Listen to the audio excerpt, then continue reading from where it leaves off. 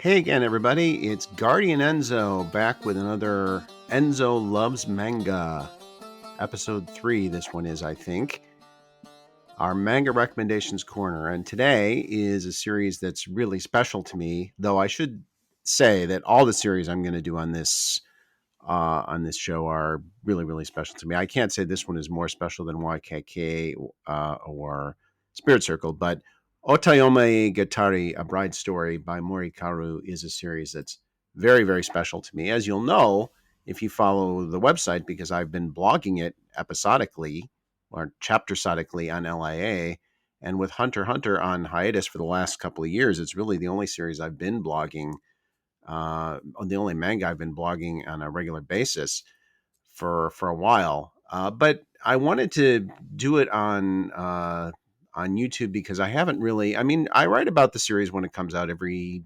6 weeks, 2 months, whenever we get a new chapter. It tends to be a little bit irregular, but to have an opportunity to actually talk about this series and why I love it so much, I want to take the opportunity to do that.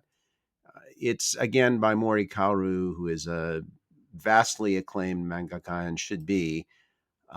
She's written Shirley. She's written Emma. Emma has actually got an anime several years ago, and Otoyomegatari has been running since 2008, which is hard to believe, but it has. It's been running in Harta magazine. It's actually switching magazines this year, which is why it's on a little bit of a hiatus now and won't be back until I think about maybe late summer, something, or late spring, early summer, something like that. A hugely awarded manga. I'm using hugely a lot today. It won the Manga Taisho in 2014. It won the International Prix Intergeneracion at the International Comics Festival in 2012, which are two of the biggest awards in manga. And the thing that really strikes you the most with Mori, obviously, is her artwork. She's an incredible artist.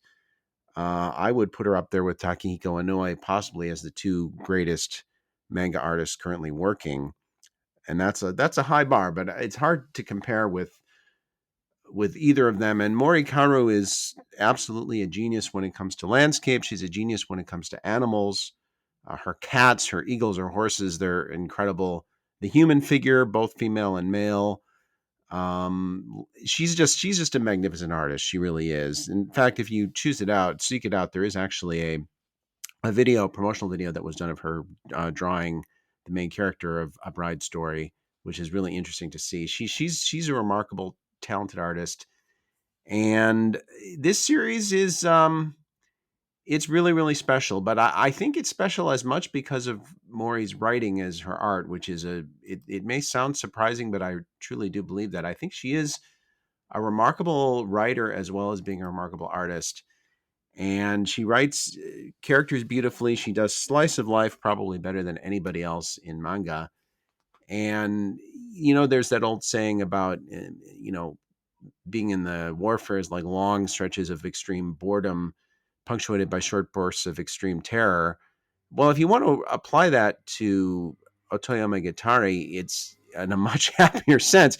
It's really long stretches of slice of life punctuated by short bursts of intense plot, and both are very interesting and very, very different. It's certainly the slice of life chapters that define the series, I think, but the plot heavy ones are awfully important too. And she's quite brilliant at those. And she's telling the story of sometime not specifically defined, but somewhere in the late 19th century in Central Asia.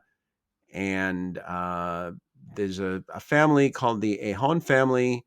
They have a young son named Karluk, who's 12 years old and has not been able. There's no wife for him locally, so a young woman named Amir Halgal is brought in from another village, and she's known to the grandmother of Karluk, who is a member of the same tribe, but she's outside the family, outside the tribe, which is very unusual. She's also 20 years old, which was considered very old to marry.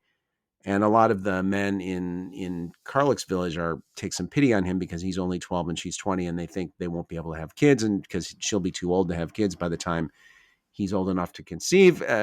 So it's culturally speaking, it's of the moment. It's late 19th century in Central Asia, and the things that we look at as cultural norms today don't apply there, and that's a theme that you see running all through the series. And certainly, to use an overhyped modern cliche term in manga and anime, it's an age gap romance, but it's really a beautiful story because they're Karlik and Amir are just they're beautiful souls, both of them. They're incredible people, and despite the age gap between them, they develop, I think, a unique and really powerful and beautiful love story, and I think that unfolds over the course of the series. But the remarkable thing about Otoyomegatari is it's really almost a travelogue in that it is a bride story, but it's not only about this bride. It's about many brides. It's about many people. The one who sort of ties all these different arcs together is Henry Smith, who's a English an English academic who's researching the customs and the language of these Turkic peoples in Central Asia, and it involves his travels, and he's learns how to do photography, which is a very interesting kind of a subplot. And Henry really comes to love Karluk and Amir and love the people in their village, but he goes off on the road and he meets other people along the way, and their stories become part of the story too. There's several different arcs within the series. There's a story of Paria, who's a young woman in Karluk's village, who's a very free spirited young woman and having trouble attracting a husband. There's some young ladies that Smith meets along the way called Layla and Laylee, who are sort of bratty early teens, wild children, and they end up getting paired off with two boys named Sam and Sami, and they're all about between 13 and 15, and they get married at that age, which again, it's a different time, a different place, and that's a very adorable kind of a relationship to watch building up and their misadventures as they try to blunder into adult responsibilities. There's a woman named Talas who is a widow who Mr. Smith meets along his travels and becomes a very important figure in his life and in the story as a whole. So there's a lot of different people. There's some interesting plot because the Russians, historically accurately, are being very aggressive and adventuresome in this area, and it's causing trouble for the local people, and it's causing a lot of trouble for Mr. Smith, who's trying to travel and continue to document local customs and running into increasing danger along the way.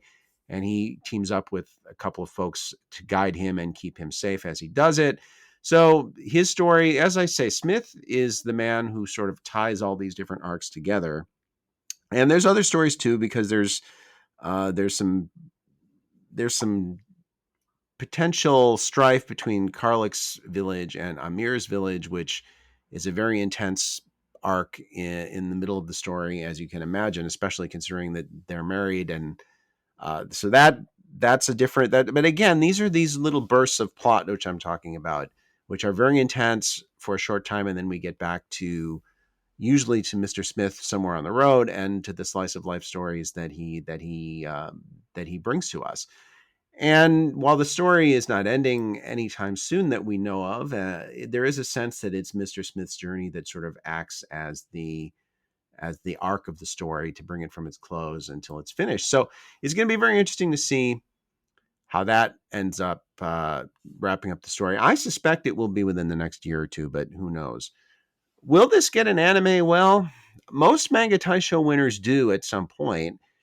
This is also an extremely strong selling manga, both in Japan and in licensed form overseas. This is one of those series you could say the same about Vagabond, perhaps, that anime studios may be a little intimidated by this story and unwilling to tackle it because of the artwork. Certainly, it's not one that could be done on the cheap.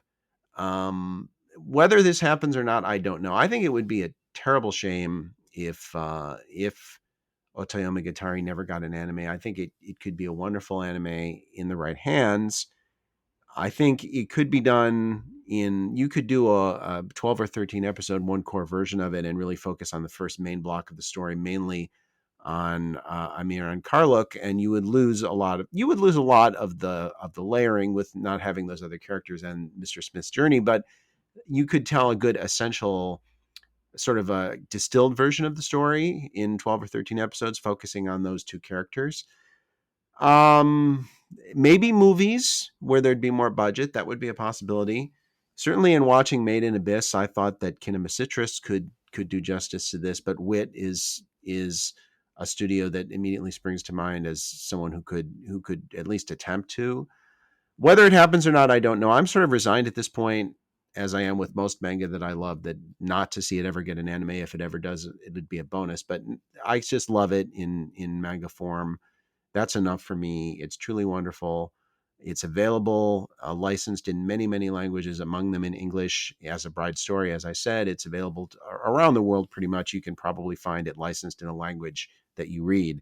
And I would encourage you to do so. It's one of my absolute favorite manga, in the short list for the most beautiful manga ever written, just in terms of the artwork. The major characters are wonderful. A great love story at the heart of it. That's an unusual and even unique love story in manga, and great supporting characters.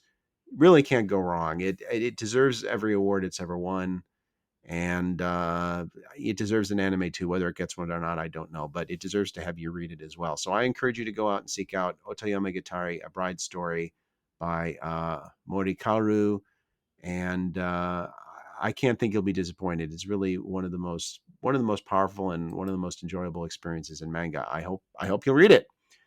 And until we meet again, I wish you the best. Have a great week. As always, the old cliche: if you like what you see, please subscribe, please like. Look forward to your comments, and we'll be getting together soon, either for another Enzo Loves Manga, maybe another From the Vault. Maybe we'll do something a little different. We'll see. All kinds of ideas. We'll see what mood strikes me. Until then, stay frosty.